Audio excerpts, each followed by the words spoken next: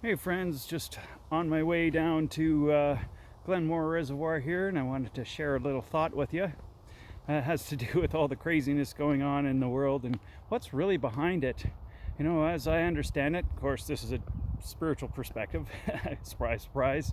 Well, as I understand it, God is working through the evil possessed elites, globalists, whatever you want to call them, to try and, well, first they're possessed of the idea of, they're fantasizing about having this technocratic one world government where AI runs everything for them, and everybody's, population is reduced down to like, 10% of what it was, and that 10% is all enslaved by technology and tightly controlled.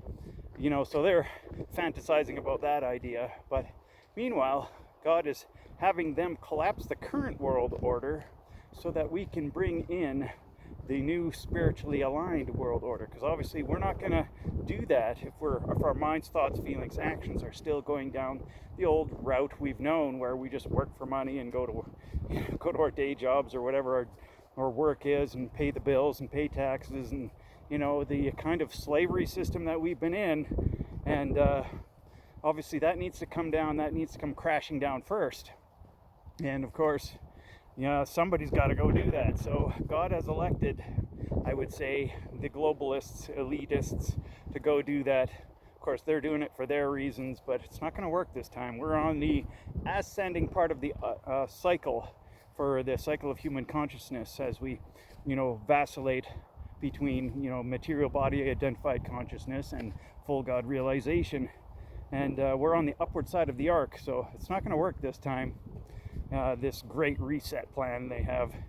But I just wanted to offer that thought. It's God who's allowing all the madness to happen so that the current world order can collapse and we can be motivated to build the new earth. One where we're more connected to ourselves, more connected to the earth, more connected to each other, and of course more connected to God within. So don't worry, but still do the right things that make sense for you to do. If you feel called to go do something, even if it seems kind of crazy, just go do the thing. Trust the God within you, and go do the thing, and don't worry about the overarching, agendas and stuff. Trust. That's the big message. Faith and trust in God's plan. That which we call God is real, and it's working hard on things to help us transcend ourselves and bring in this new earth, basically this new society where we're, again, much more aligned and in tune with ourselves and that which we call God, Spirit, Universe. All right, talk to you guys later.